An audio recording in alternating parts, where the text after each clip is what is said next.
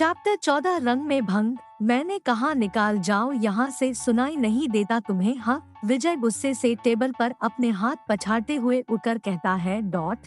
तभी शारदा थोड़ा डरते हुए विजय को शांत करते हुए कहती है, बस कीजिए, आखिर क्या हुआ ऐसा जो आप इसे इस तरह से बोल रहे हैं? विजय शारदा की ओर देख गुस्से से कहता है, तुम अपना मुंह बंद करो, ये मेरी लाइफ है। मैं अपनी मेहनत से यहाँ पहुँचा हूँ और सिर्फ एक मीटिंग में इस बच्चे ने इतना बड़ा मुकाम हासिल कर लिया। इसीलिए मैं ना चाहता था कि ये मनहूस मेरे साथ मेरे घर में रहे, इसीलिए मैंने इसे उस दिन वही छोड़ के आ गया था। मिल गया तुम्हें जवाब, पता चल गया तुम्हें कि क्यों मैं उसे उसकी हालात पर छोड़ आया था। मिल गई तुम्हें तसल्ली इस जवाब से। मिस्टर विजय शांत हो जाइए, कोई बात नहीं, वो आपकी का तो भतीजा है, आखिर आपको तो उसके लिए खुश होना चाहिए। उसे अभय यूं ही ऑफर नहीं दे रहा, लेकिन अगर आपको अच्छा नहीं तो हम इसके बारे में बात नहीं करते हैं, पर प्लीज कूल डाउन, यह कोई इतनी बड़ी बात भी तो नहीं है। मिस्टर काटवानी माहौल को शांत करते हुए कहते हैं, डॉट आप भी ऐसे निकलेंगे सर, मैंने सोचा भी नहीं था सर, इतने सालों से हमारी दोस्ती है, आपने कभी मुझे तो कोई इस तरह का ऑफर नहीं दिया। विजय अपना फ्रस्ट्रेशन निकलते हुए मिस्टर काटवानी से कहता है, डॉट और सिर्फ आधे घंटे पहले आपसे मिले इस इंसान को अपने इतनी बड़ा ऑफर यूं ही दे दी। आखिर आप जानते ही क्या है इस गली के कीड़े के बारे में? विजय गुस्से से ओम की ओर देखते हुए कहता है।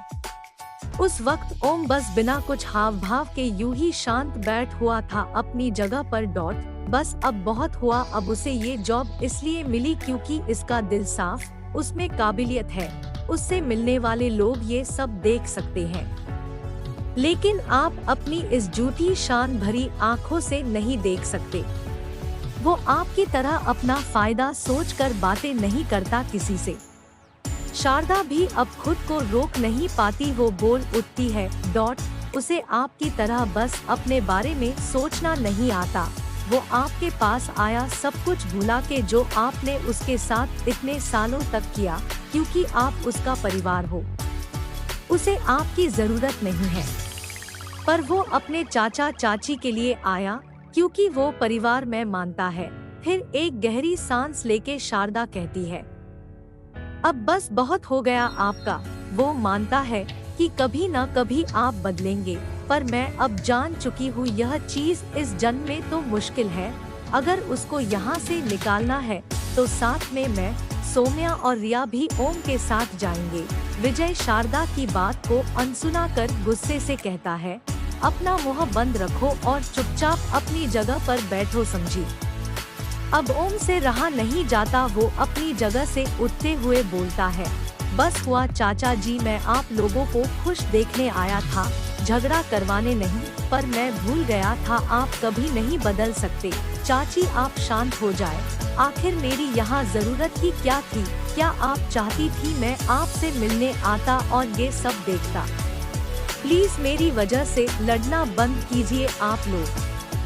ओम की बात सुन शारदा आवाज में जोर देकर बोलती है, नहीं ओम, अगर तुम आज यहाँ से जाते हो तो हम भी जाएंगे। फिर विजय की ओर देखकर, अब मैं आपसे आखिरी बार पूछती हूँ, वो रह सकता है या नहीं? वो रह सकता है या नहीं? अचानक से रूम के दरवाजे की ओर से किसी आदमी की आवाज आती है और सभी लोग उस ओर देखते हैं। दरवाजे पर मेयर और उसका बेटा आयुष खड़े थे, जिसका कल ही ओम ने इलाज किया था। मेयर की नजर विजय की ओर थी और उसके चेहरे पर गंभीरता दिख रही थी। मेयर को देख सब खड़े हो जाते हैं। मेयर विजय के सामने आते हैं और बोलते हैं, तो मैंने पूछा क्या वो रह सकता है या नहीं? विजय को समझ आ गया था कि अब उसकी नहीं चलने वाली, वो अपना मुंह नीचे कर लेता है। इस तरफ मेयर को ओम के लिए बोलते हुए देख सब लोग हैरान थे। डॉट मेयर अपनी बात आगे बढ़ाता है, आखिर मैं तुम्हें नहीं समझ पा रहा हूँ डॉक्टर, क्यों तुम इस लड़के से इतनी नफरत करते हो? क्या भूल चुके तुम कल की बात? हाँ, कि उसने अपने लिए कुछ नहीं मांगा, भूल गए क्या तुम? हाँ, मेरे बेटे की जान के बदले में उसे सब देने को तैयार था, पर उसने क्या कहा, भूल गए हो तुम? बल्कि तुम्हारी जान बख्शने के लिए कहा। क्या यह सब याद नहीं है तुम्हें? आखिर किस तरह के इंसान हो तुम भाई? मेयर की बात सुन शारदा चौंकते हुए मेयर से पूछती है, सर आखिर आप ये क्या बात कर रहे हैं, ऐसा क्या हुआ था कल? मेयर शारदा का सवाल सुन के हैरान थे। वो विजय को देखते हुए थोड़ा गुस्से से कहते हैं, ओ, तो तुमने घर पर कुछ नहीं बताया, क्यों सच बताने में शर्म आएगी? हाँ सुनिए मोहतरमा, आपके पति पिछले कई दिनों से मेरे बेटे आयुष का इलाज कर रहे थे और कुछ गलत दवाइयाँ खिलाने की वजह से आयुष की तबीयत काफी बुरी तरह से बिगड़ चुकी थी और आपके पति के बेहतरीन इलाज के बाद भी मेरा बेटा मानो मर सा ही गया था। और उस बात के दुख और गुस्से में आकर मैं भी मिस्टर विजय का गला पकड़ के उसे मार ही देने वाला था कि तब आखिरी मौके पर इस नौजवान बच्चे आकर अपने चमत्कारिक इलाज से ने मेरे बेटे को कुछ ही पल में ठीक कर दिया। फिर जब मेरे बेटे को वापस पाने की खुशी में मैंने उससे पूछा कि उसे क्या चाहिए, तो उसने कहा कि उसे कुछ नहीं चाहिए और कहा कि बस मेरे चाचा को छोड़ दीजिए। मेयर की बात सुन सब लोग पूरी तरह से हैरान थे।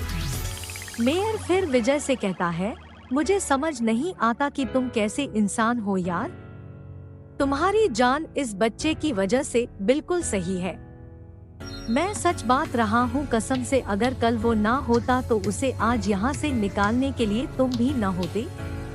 तुम्हारी किस्मत बहुत अच्छी है जो ओम जैसा भतीजा है तुम्हारे पास, जो तुम लोगों को इतना प्यार करता है, तुम्हारी इतनी परवाह करता है। पर मैं समझ नहीं पा रहा कि क्यों तुम इससे नफरत करते हो। उसके इतना सब करने के बावजूद तुम्हारा उसके लिए ऐसा बर्ताव क्यों? अरे तुम्हें तो गर्व होना चाहिए कि तुम्हारे पास इतना कीमती भतीजा है जो सिर्फ गुणवान ही नहीं पर काबिलियत से भरपूर और विनम्र है। आखिर आजकल कहाँ मिलते हैं ऐसे जवान बच्चे? और तुम हो कि अपने ही भतीजे की काबिलियत से जलते हो, और वो भी इतनी के उम्र के लड़के से। मुझे तो समझ नहीं आ रहा कि तुम पे गुस्सा करना चाहिए या तरस खाना चाहिए। अब तक एकदम मौन ओम अब थोड़ा तेजी से बोलता है, प्लीज मेयर सर बस कीजिए, ये हमारे घर का मामला है। मेरे चाचा को कुछ भी कहने का हक आप लोगों को नहीं है। और बात रही कल की, तो आप और मैं दोनों अच्छी तरह से जानते ही हैं कि मेरे चाचा कमाल के डॉक्टर हैं। तभी आपका बेटा इतने दिनों तक सरवाइव कर पाया। आप भी जानते हैं कि आपके बेटे की दवाइयाँ किसी ने बदल कर दी थी। तो क्या आप मेहरबानी कर मेरे चाचा से इस तरह से बात करना बंद करेंगे? क्योंकि ये हमारा घर का मसला है। मुझे इस बात का कोई बतंगड़ नहीं बनाना, तो प्लीज बस कीजिए ये सब अब। ओम की इस तरह की बात सुन मेयर ओम को देख हैरानी से हंसते हुए बोलते हैं, आखिर किस मिट्टी के बने हो तुम दोनों चाचा भतीजा? ये इंसान है कि जो तुम्हारे लिए एक शब्द अच्छा सुनने तक को तैयार नहीं, चाहे कितना भी अच्छा तुम इसके लिए बन लो। और एक तुम हो जो इस इंसान ने तुम्हारी इतनी बेइज्जती की, फिर भी तुम उसके लिए बोल रहे हो, उसे अच्छा बना रहे हो। वाकई तुम सबसे अलग हो ओम। कमाल हो बेटे तुम। शायद विजय तुम इसे समझ पाओ। मैं बस यही कह सकता हूँ तुम्हारे लिए। अभी वहाँ यही बातें चल रही थी कि तभी वहाँ अचानक से 10 से 12 लोग अपने हाथों में बंदूक लिए उस प्राइवेट हॉल में भागते हुए आ जाते हैं और वहाँ मौजूद लोगों को घेर कर उन पर अपनी बंदूक तान के खड़े रह जाते हैं। सभी लोग अचानक से ये देख हैरान रह जाते हैं। उन लोगों ने जाने का दरवाजा भी ब्लॉक कर दिया था कि जिससे वहाँ से कोई भाग न पाए। सभी लोग पहले से इतने झटकों से चौंके हुए थे, लेकिन ये हथियारों से भर झटका देख वहाँ मौजूद सभी लोग घबरा जाते हैं। सभी लोग जल्दी से एक दूसरे के करीब आ जाते हैं। औरतें और लड़कियां तो अचानक से ये देख घबराते हुए रोने जैसी ही हो गई थी। कुछ ही देर बाद एक सूट बूट पहना आदमी दरवाजे से सिगरेट पीते हुए अंदर आता है। अंदर आते हुए वो आदमी सब लोगों की ओर देख मुस्कुराता है और हंसते हुए कहता है, वेल वेल, देखो तो जरा, यह तो खाने के साथ स्वीट डिश भी मिल गई।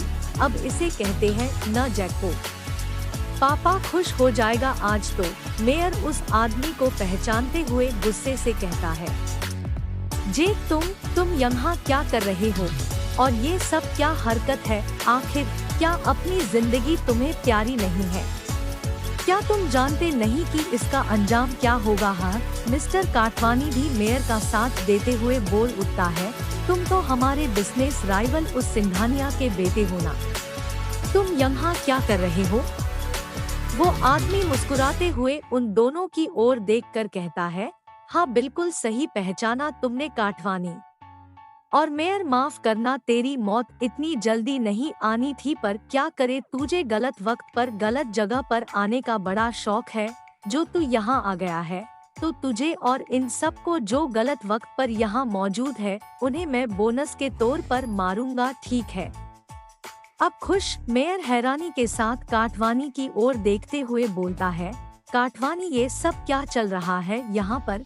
मिस्टर काटवानी कुछ सोचते हुए बोलते हैं, सर कुछ दिनों पहले मैंने इसके बाप को मेरा बिजनेस उसके नाम करने से साफ इनकार कर दिया था, तो मुझे लगता है शायद इसीलिए वो यह उस काम को पूरा करने आया है मुझे मारकर। जेक खुश होते हुए चिल्लाता है, ब्रावो कटवानी ब्रावो, क्या सही गेस किया रे तूने, कमाल है, बहुत बढ़िया। अब मैं तुझे आसान मौत दूंगा, ठीक है? तू भी खुश? और मेयर, तुझे भी मरना होगा, क्योंकि मेरे बाप के कई कामों में तू हमेशा रास्ते का रोड़ा बनकर खड़ा होता है। मेरे बाप के खिलाफ जाने की तेरे अंदर एक अलग ही चूल है, लेकिन सोचा नहीं था इतनी जल्दी मरेगा तू। हाँ, पता था तेरा भी नंबर आएगा, पर वक्त से पहले आ गया। तो अब किसी को कुछ कहना है मरने से पहले, क्योंकि मरने के बाद लाशें बोलती नहीं। मरने की बात सुन सब एक दूसरे को डर के मारे देखने लगते हैं। औरतों और लड़कियों का तो ये सारे झटके देख डर के मारे हाल ही बुरा था। उनकी क्या भी लोगों की हालत इस वक्त बुरी थी। जैक नाम की यह मुसीबत किसी के सोचे बिना ही आ गई थी। कुछ देर बाद जेक फिर अपने खूंखार अंदाज में बोलता है, गुड तो जेंटलमैन, हैप्पी डेथ डे आप सभी को।